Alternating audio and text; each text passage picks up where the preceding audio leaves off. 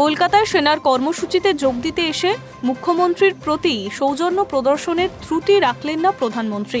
সোমবার দুপুরে কলকাতা ছাড়ার আগে রাজ্যের মন্ত্রী সুজিত বসু মারফত মমতা বন্দ্যোপাধ্যায়কে শুভেচ্ছা জানালেন নরেন্দ্র মোদী। মুখ্যমন্ত্রীকে নমস্কার জানিয়ে তার শুভেচ্ছা, ভালো থাকবেন। 3 দফায় গত 2 মাসে রাজ্যের 3টি রাজনৈতিক সভা করে শাসক দল তৃণমূল কংগ্রেসকে আক্রমণ করলেও এবারের সফরে কোনো রাজনৈতিক ছোঁয়া রাখেননি প্রধানমন্ত্রী। এমনকি কলকাতার রাজভবনে রবিবার রাত্রিবাস করলেও বিজেপির কোনো নেতা বা মন্ত্রীর সঙ্গে সাক্ষাৎও করেননি তিনি।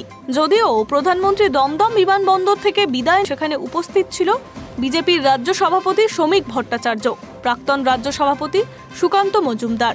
প্রথাগতভাবে কলকাতা ছাড়ার সময় বিমানে ওঠার আগে দলীয় সহকর্মীদের পাশাপাশি উপস্থিত রাজ্যের প্রোটোকল মন্ত্রী সুজিত বসুকেও নমস্কার জানান প্রধানমন্ত্রী। আর তখনই সুজিতের সামনে এসে মুখ্যমন্ত্রীর প্রতি সৌজন্য জানিয়ে নমস্কার বার্তা দিয়েছেন মোদী।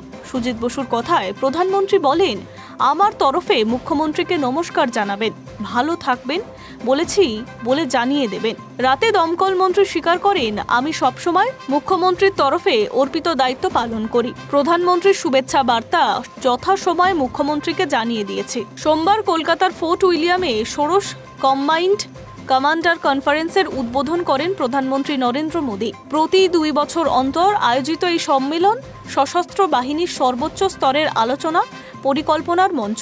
এবারের সম্মেলনের বিষয়বস্তু ভারতের সশস্ত্র বাহিনীর সংস্কার, রূপান্তর এবং পরিবর্তন।